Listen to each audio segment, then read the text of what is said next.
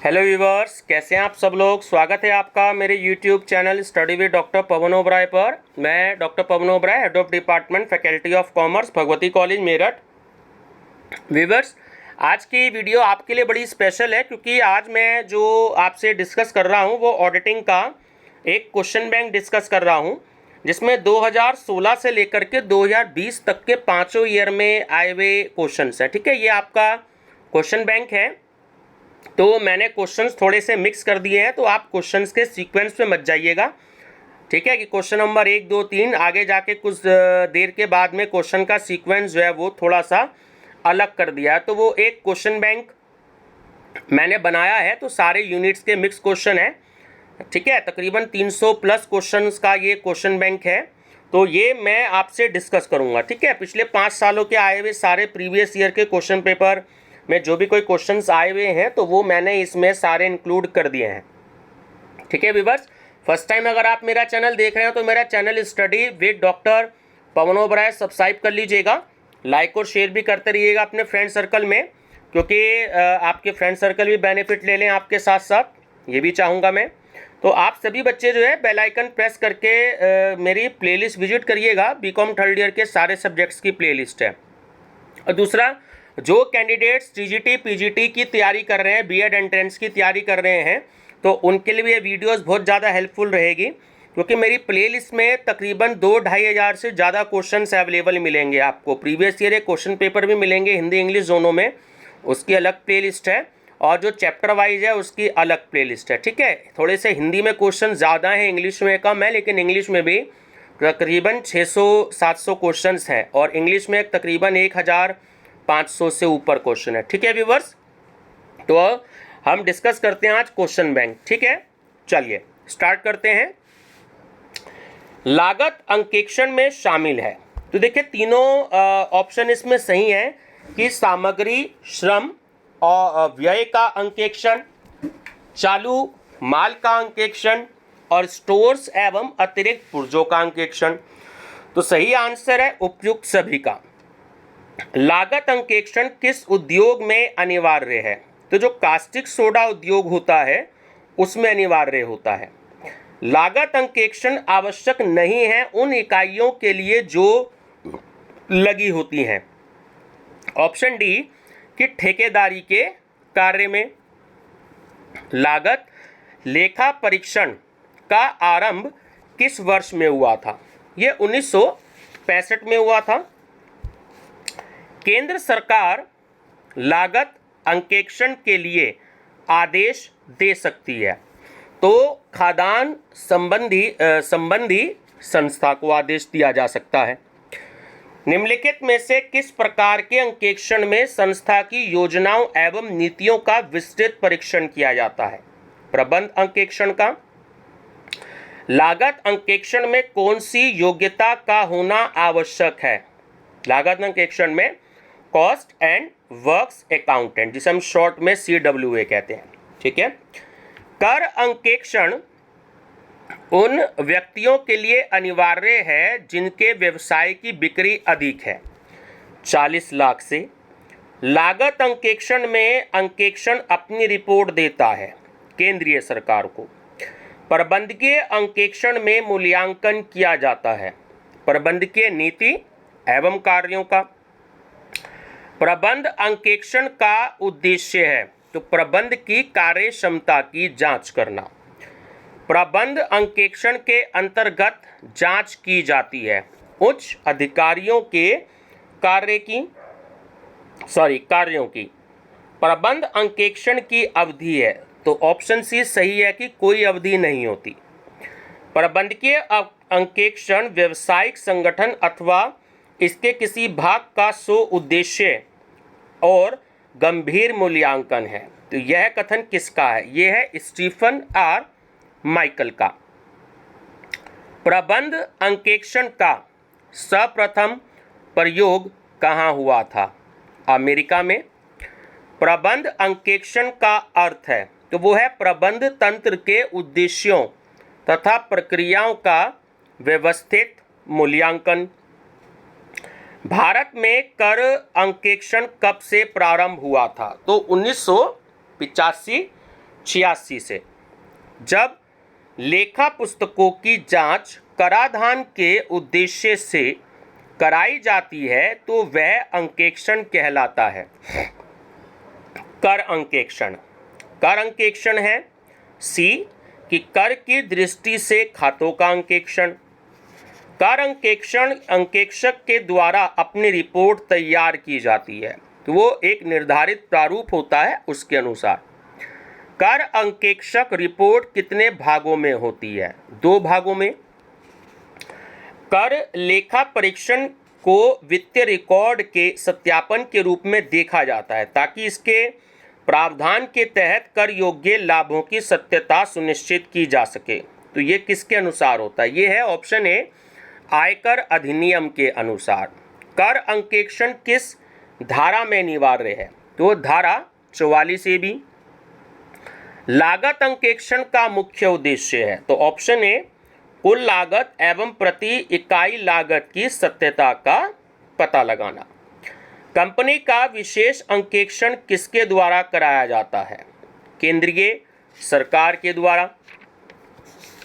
ठीक है, चलिए, तो अब अलग टॉपिक है। तो ये जो आपका टॉपिक था ये आपका मैनेजमेंट ऑडिट और कॉस्ट ऑडिट से रिलेटेड था। ठीक है, अब जो क्वेश्चंस हैं इसमें कुछ, तो वो आपका टॉपिक है जो रिपोर्ट्स होती हैं, ऑडिटर रिपोर्ट्स, उससे रिलेटेड है। ठीक है, कंपनी यानी कि अंकेक्षण रिपोर्ट आदेश कब प्रभावी हुआ? तो 1 जुलाई 2003 से।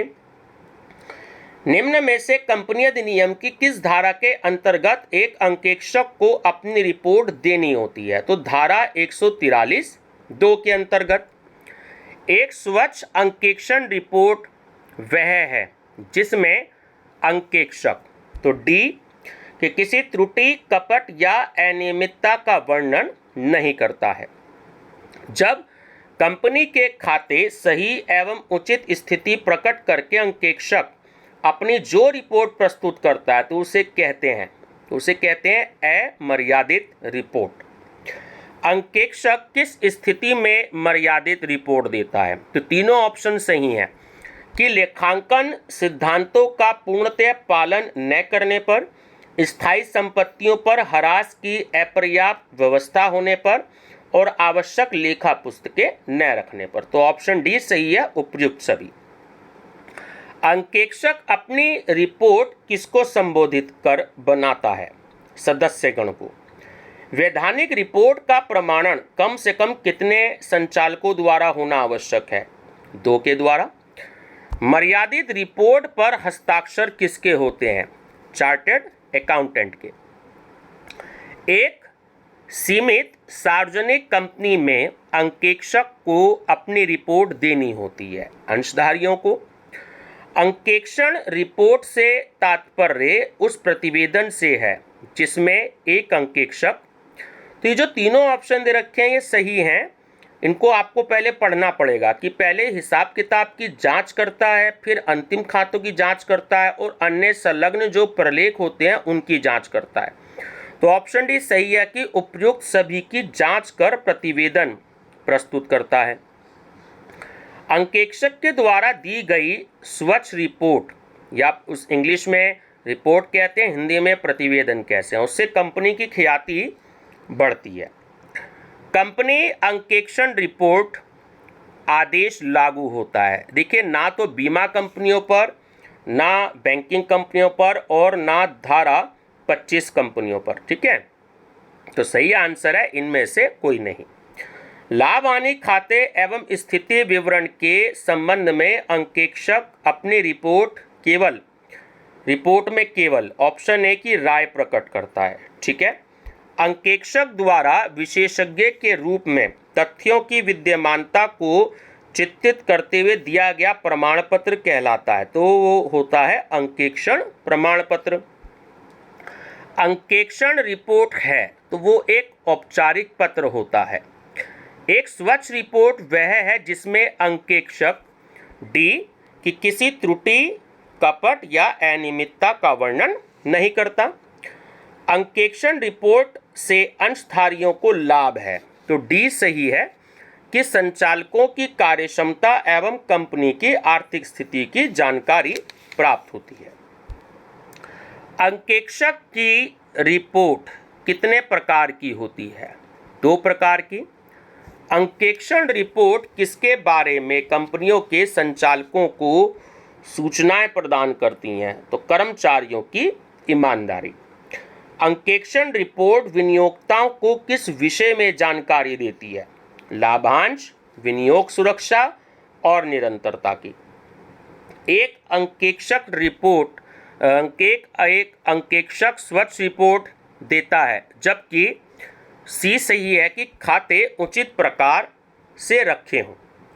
एक अंकेक्षक मर्यादित रिपोर्ट देता है, जबकि डी खाते उचित प्रकार से नहीं रखे गए हों। सरकारी कंपनी के वैधानिक अंकेक्षक अपनी रिपोर्ट जमा करते हैं किसको? बी नियंत्रक एवं महालेखा परीक्षक को। हम इसे शॉर्ट में कैग बोलते हैं, ठीक है, CAG कैग, ध्यान रखेंगे। अंकेक्षक अपनी रिपोर्ट में कंपनी के बारे में बताता है। सी स्थिति का सच्चा एवं उचित विवरण। वैधानिक अंकेक्षण होता है, तो वैधानिक अंकेक्षण जो होता है वो अनिवार्य होता है। ठीक है, चलिए आपका नेक्स्ट टॉपिक है इसमें। ठीक है, मैंने थोड़े थोड़े क्वेश्चन जो हैं वो लगभग सारे आपके टॉपिक के लिए हैं। ठीक है, तो ये जो है आपका अगला टॉपिक जो कंपनी ऑडिटिंग एंड ऑडिटर होता है, जिसमें राइट्स और रिमूवल्स और लाइबिलिटीज़ ये जो होते हैं ऑडिटर के, उससे रिलेटेड है। और इसमें किंगस्टन कॉटन मिल्स केस से रिलेटेड भी क्वेश्चंस मिलेंगे आपको। ठीक है, चलिए कंपनी अधिनियम 2013 के अनुसार सारणी F विकल्प है या टेबल F विकल्प है पार्षद अंतर्नियम का। संयुक्त पूंजी कंपनियों का अंकेक्षण किस प्रयोजन से किया जाता है? सी सांविधिक औपचारिकताओं की पूर्ति के लिए। आकस्मिक रिक्त स्थान पर अंकेक्षक की नियुक्ति की जा सकती है, तो वो संचालक मंडल के द्वारा की जा सकती है। अंकेक्षक के रिक्त पद त्यागपत्र के अतिरिक्त, ये आपको कंडीशन ध्यान रखनी है, पर नए अंकेक्षक की नियुक्ति किसके द्वारा की जाती है? ठीक है, तो वो कंपनी के संचालकों द्वारा की जाती है। अंकेक्षक द्वारा त्यागपत्र दिए जाने की स्थिति में रिक्ति की दशा में रिक्ति को कंपनी द्वारा भरा जा सकता है केवल सामान्य सभा में। एक अंकेक्षक अधिकतम कितने समय के लिए नियुक्त किया जा सकता है? 5 वर्ष के लिए। अंशों के अंकित मूल्य का कम से कम कितना प्रतिशत न्यूनतम अभिदान राशि प्रार्थना पत्र के साथ होनी चाहिए? तो वो होनी चाहिए 25%। कंपनी अंकेक्षक की नियुक्ति किसके द्वारा की जाती है? तो अंशधारियों, संचालकों और केंद्रीय सरकार, ये सभी कर सकती हैं। क्या एक अंकेक्षक काले धन को रोकने में सहायक हो सकता है? तो ये एक संदेहपूर्ण कथन है। ठीक है, कंपनी के अंकेक्षक का पारिश्रमिक निर्धारित किया जाता है व्यापक सभा द्वारा। कंपनी अधिनियम के अनुसार एक सार्वजनिक कंपनी अपना व्यापार तब तक प्रारंभ नहीं कर सकती जब तक कि वह प्राप्त नहीं कर लेती, तो वो व्यवसाय प्रारंभ करने का प्रमाण पत्र। सरकारी कंपनी की दशा में अंकेक्षक की नियुक्ति कौन करता है? तो भारत का नियंत्रक एवं महालेखा परीक्षक है ना, शॉर्ट में इसे हम कैग बोलते हैं, CAG। लाभांश अक्सर इसकी प्रतिशतता के रूप में प्रदान होता है जो दत्त पूंजी होती है। ठीक है, चार्टर्ड अकाउंटेंट एक्ट 1949 के अधीन एक अंकेक्षक को उत्तरदायी ठहराया जा सकता है, तो वो केवल व्यावसायिक दुराचार के लिए। पार्षद सीमा नियम में परिवर्तन के लिए किसकी स्वीकृति आवश्यक होती है? वो होती है केंद्रीय सरकार की। निम्नलिखित में से कंपनी का चार्टर किसे कहते हैं? पार्षद सीमा नियम को। यदि एक कंपनी वार्षिक साधारण सभा में लेखा परीक्षक की नियुक्ति करने में असफल रहती है तो लेखा परीक्षक की नियुक्ति हो सकती है केंद्रीय सरकार द्वारा। वैधानिक रिपोर्ट की जांच का प्रमाण पत्र दिया जाता है अंकेक्षक द्वारा। लेखा परीक्षक के त्याग पत्र देने पर हुए रिक्ति को भरा जा सकता है अंशधारियों की एक साधारण सभा द्वारा। निम्नलिखित में से किस विवाद में यह निर्णय लिया गया कि अंकेक्षक को अपना कार्य उचित योग्यता, सतर्कता एवं चतुराई से करना चाहिए? तो वो था, बहुत ही इंपॉर्टेंट केस था, किंगस्टन कॉटन मिल्स लिमिटेड, ठीक है। और ये केस हुआ था 1869 में। निम्नलिखित मुकदमों में से किसमें लेखा परीक्षक को एक निगरानी करने वाला कुत्ता ना कहकर शिकारी कुत्ता कहा गया था? उसमें भी यही केस है, the Kingston cotton mills company limited में। निम्नलिखित में से किस मामले में यह निर्णय दिया गया कि अंकेक्षक मूल्यांकक नहीं है? तो वो केस भी किंगस्टन कॉटन मिल्स कंपनी का है। अंकेक्षक एक पालतू कुत्ते के समान है, ना कि शिकारी कुत्ते की तरह। यह कथन किसका है? तो यह था न्यायाधीश LJ लोब्स का।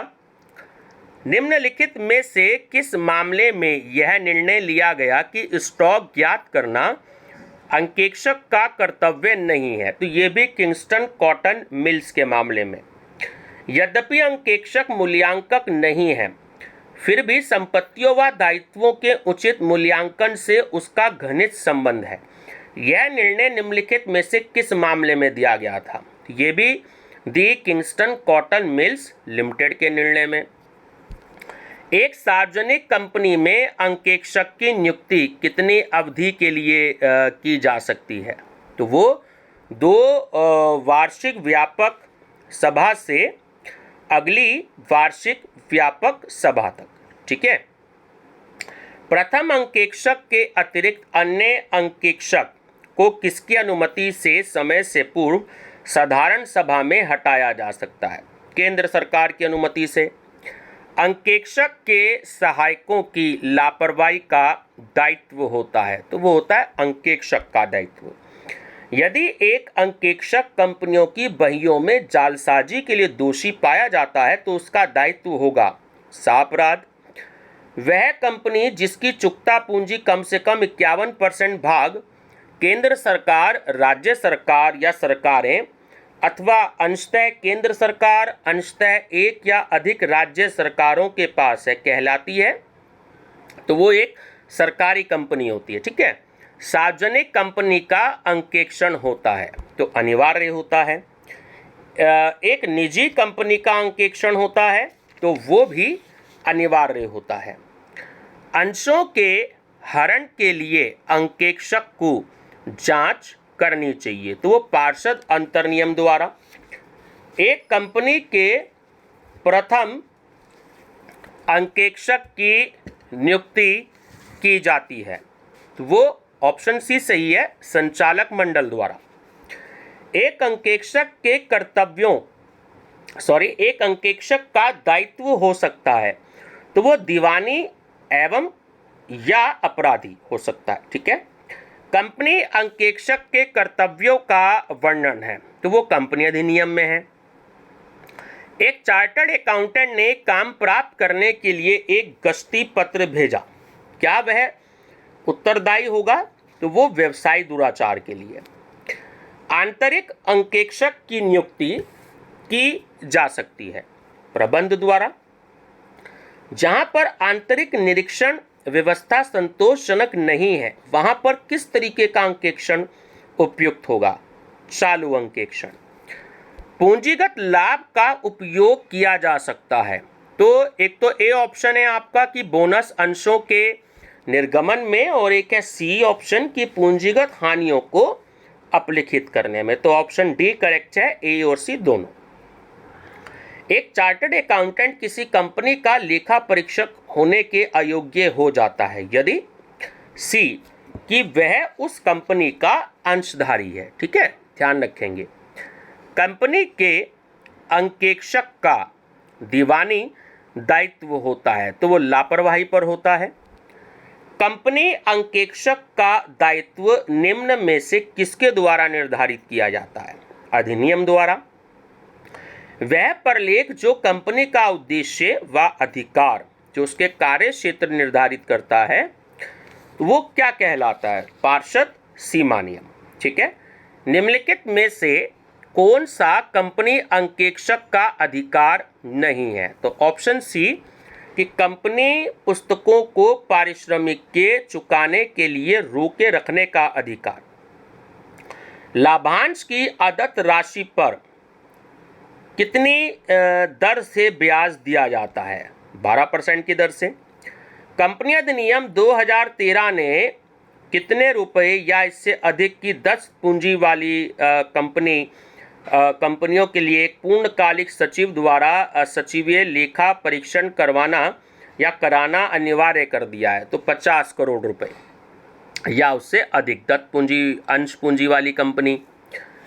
कंपनी का अंकेक्षक नियुक्त किया जा सकता है चार्टर्ड अकाउंटेंट को। संदेहात्मक स्थिति के अभाव में विश्वसनीय अधिकारियों के प्रमाण पत्रों पर विश्वास करना लापरवाही नहीं है। ठीक है, यह निर्णय दिया गया। तो ये भी किंगस्टन कॉटन मिल्स लिमिटेड में दिया गया। ठीक है। लापरवाही के लिए अंकेक्षक का दायित्व होता है, तो वो होता है एक दीवानी दायित्व।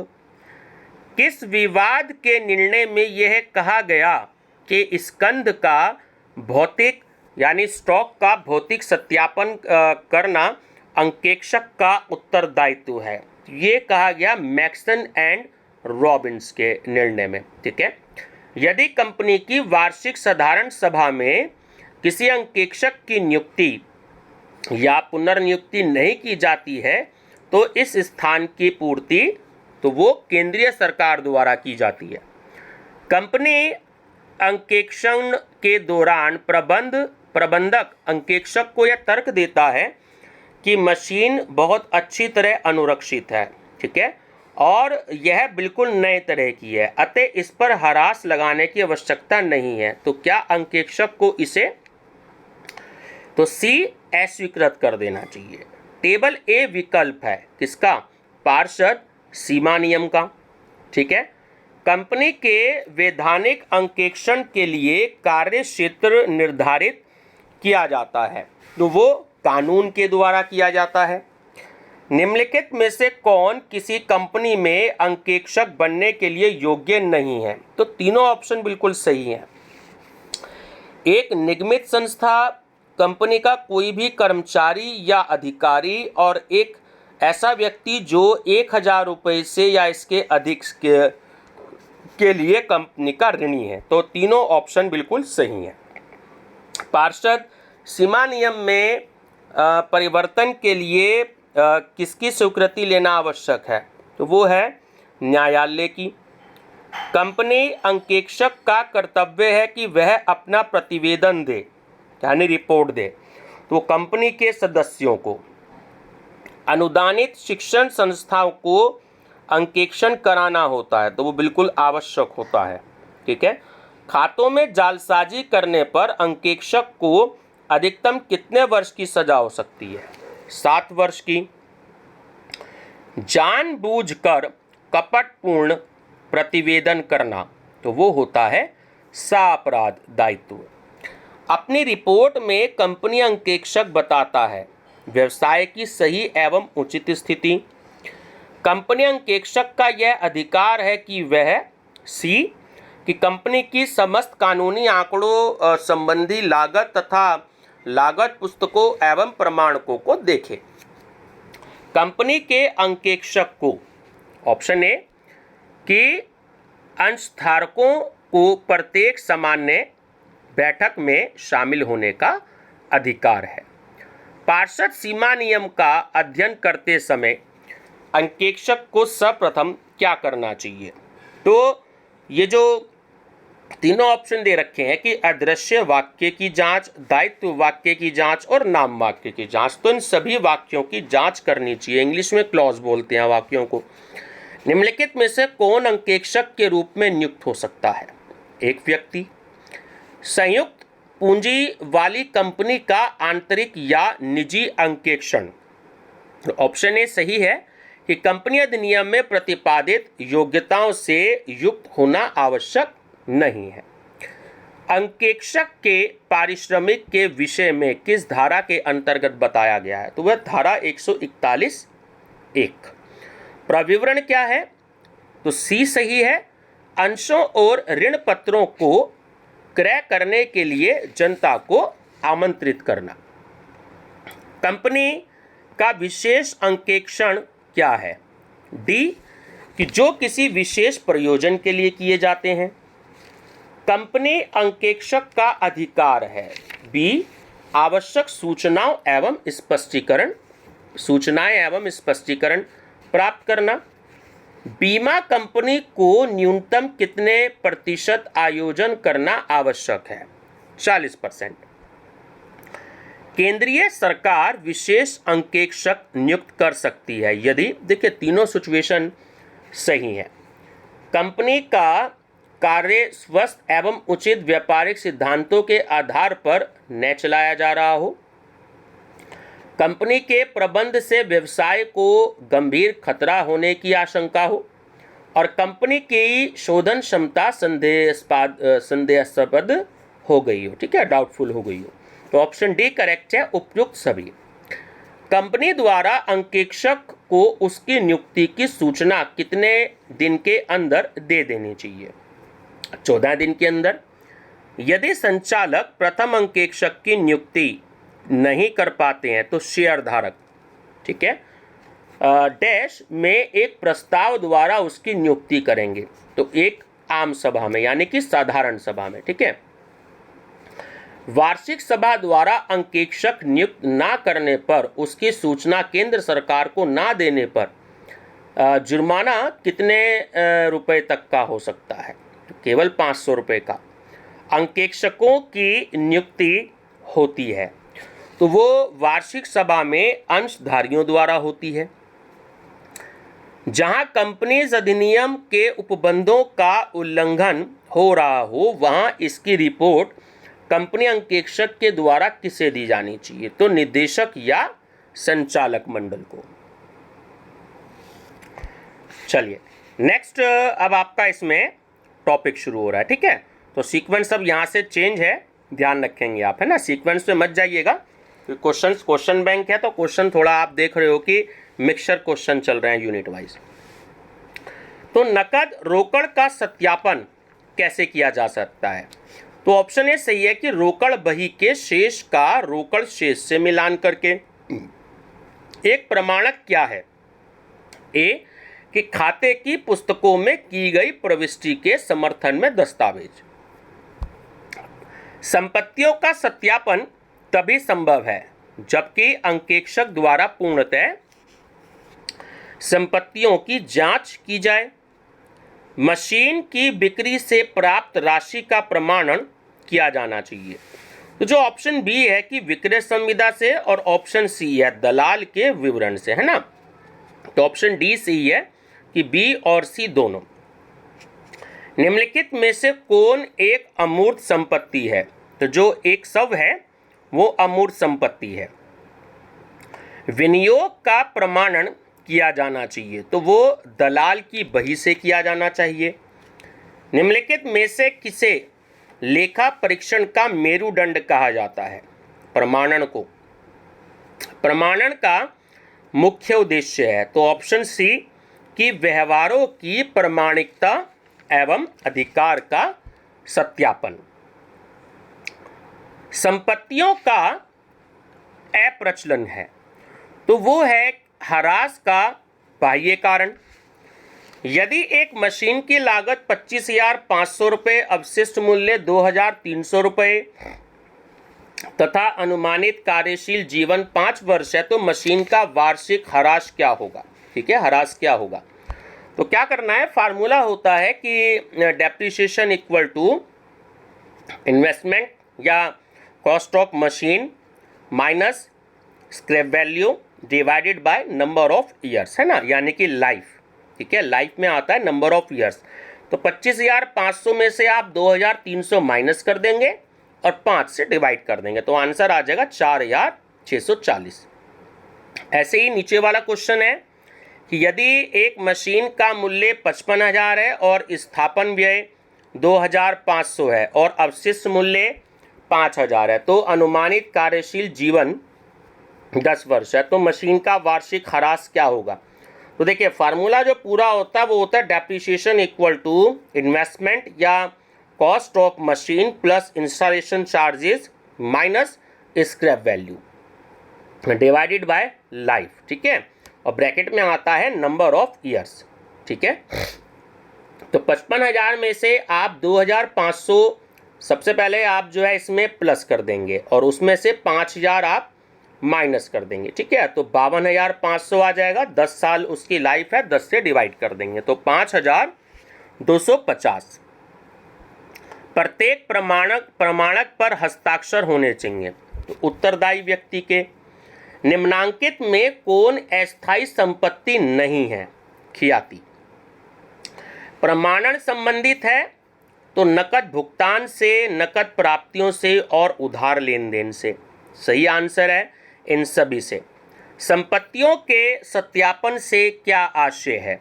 तो तीनों ऑप्शन करेक्ट है कि संपत्तियों का मूल्यांकन, संपत्तियों के स्वामित्व की जांच और संपत्तियों के स्वत्व विद्यमानता एवं अधिग्रहण की जांच, ठीक है। सही आंसर है उपयुक्त सभी। ह्रास लगाया जाता है, देखिए ह्रास जो है वो केवल स्थायी संपत्तियों पर लगाया जाता है। रोकड़ बही के प्राप्ति पक्ष का प्रमाणन करते समय अंकेक्षक को ध्यान में रखना चाहिए। तो रसीद देने की व्यवस्था, आंतरिक निरीक्षण प्रणाली और बैंक में रोकड़ जमा करने की पद्धति, इन सभी का ध्यान रखना चाहिए। अस्थायी संपत्तियों से आशय ऐसी संपत्तियों से है जो कि शीघ्र मतलब जल्दी से जल्दी। तो ऑप्शन डी की नकदी में परिवर्तित की जा सके। सामग्री निर्गमन के उच्चतम कीमत पहले निर्गमन यानी कि हिफो हाईएस्ट इन फर्स्ट आउट विधि का प्रयोग करना चाहिए जब सामग्री की कीमत बढ़ रही हो। सत्यापन के लिए आवश्यक है। बी, संपत्तियों और दायित्वों का मूल्यांकन। अंतिम रहतिया जो क्लोजिंग स्टॉक है उसका मूल्यांकन लागत मूल्य तथा बाजार मूल्य दोनों में जो कम होता है तो अंकेक्षण के किस सिद्धांत से संबंधित है? तो वो है रूढ़िवादिता का सिद्धांत। अंकेक्षक उत्तरदायी होगा, तो तीनों ऑप्शन सही हैं। खुदरा रोकड़ का सत्यापन न करने पर, स्टॉक न ज्ञात करने पर और खातों की उचित ढंग से जांच न करने पर, तो तीनों ऑप्शन बिल्कुल सही हैं। परिसंपत्तियों के सत्यापन में क्या होता है? सी, कि यह सत्यापन की परिसंपत्तियां प्रत्येक प्रकार के प्रभाव से मुक्त हैं। विनियोगों से आय से संबंधित प्रमाणक है, तो वो है ब्याज प्राप्ति की रसीद। शोधन कोष बनाया जाता है, तो वो विशेष उद्देश्य के लिए बनाया जाता है। किसी संपत्ति के मूल्य में किसी भी कारण से होने वाली शने और स्थायी संपत्ति को ह्रास कहते हैं ना, बहुत इंपॉर्टेंट है। ये परिभाषा किसने दी है? तो ये दी है कार्टर ने। खरीदे गए भवन के भुगतान का प्रमाणन किया जाना चाहिए, तो स्वत्व संलेख से। पूर्व में अपलिखित अप्राप्य ऋण से प्राप्ति है, तो वो है एक आयगत प्राप्ति। निम्नलिखित में से कौन सी चालू संपत्ति है? तो व्यापारिक रहतिया, देनदार और कच्चा माल, ये सभी हैं। ह्रास का कारण है तो एक संपत्ति का लगातार प्रयोग, ठीक है। प्रमाणक होता है तो ऑप्शन ए, किसी सौदे की सत्यता की समर्थन करने वाला दस्तावेजी प्रमाण, जिसे हम सबूत भी कह सकते हैं।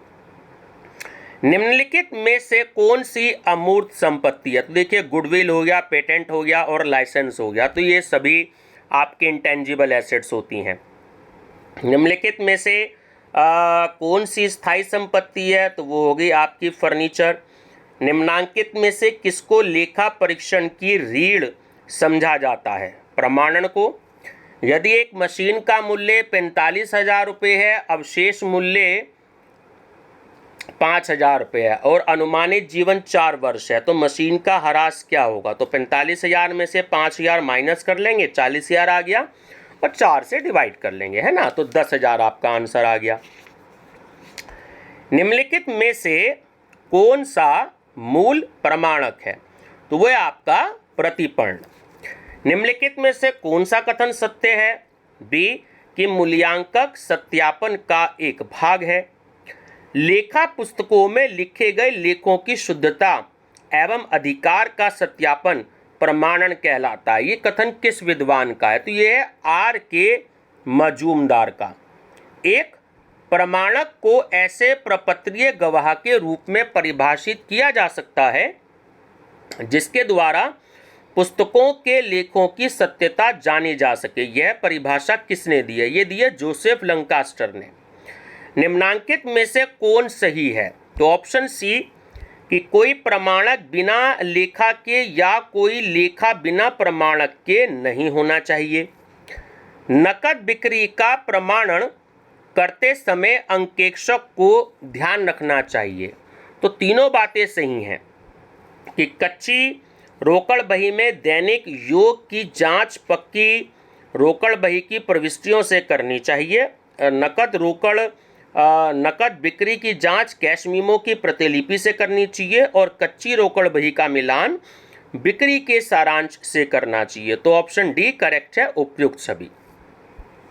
यदि व्यवसाय की औसत पूंजी 5 लाख रुपए, औसत वार्षिक आय 80,000 रुपये तथा सामान्य प्रत्याय दर 10% है, ठीक है, तो पूंजीकरण विधि से मूल्यांकित ख्याति की राशि होगी, कितनी होगी?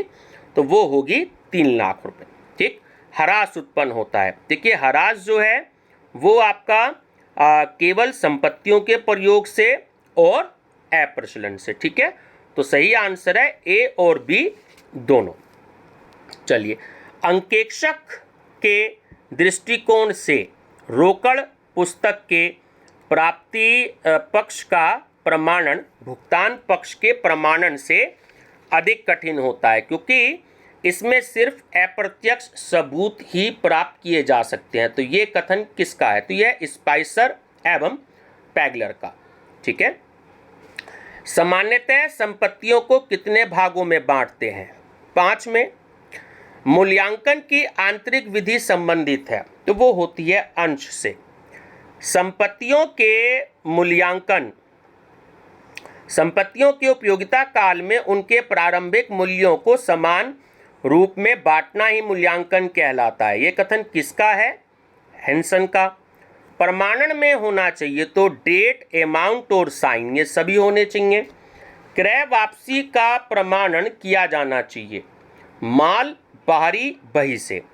विक्रय पुस्तक का प्रमाणन करते समय अंकेक्षक को प्रमुख रूप से किस बात का ध्यान रखना चाहिए? तो डी सही है कि विक्रय पुस्तक की जांच खाता बही से करनी चाहिए। सामान्यतः स्टॉक का मूल्यांकन लागत मूल्य अथवा बाजार मूल्य जो दोनों में कम हो, यह कथन किसके द्वारा दिया गया? डी पोला के द्वारा। निरंतर प्रयोग के कारण संपत्ति के मूल्य में आने वाली कमी को ह्रास कहते हैं। तो ये किसने दी है परिभाषा? ये R.G. विलियम्स ने। मूल्यांकन का आधार है तो वो है सत्यापन। तो व्यूअर्स ये फर्स्ट पार्ट है आपके क्वेश्चन बैंक का, ठीक है। नेक्स्ट पार्ट जो है वो इससे अगली वीडियो में डिस्कस करूंगा, वरना वीडियो बहुत ज़्यादा देर की हो जाएगी। अभी भी लगभग 39 मिनट की वीडियो हो चुकी है, तो क्वेश्चन बैंक को मैं आपको 2 पार्ट में करा दूंगा, ठीक है व्यूअर्स।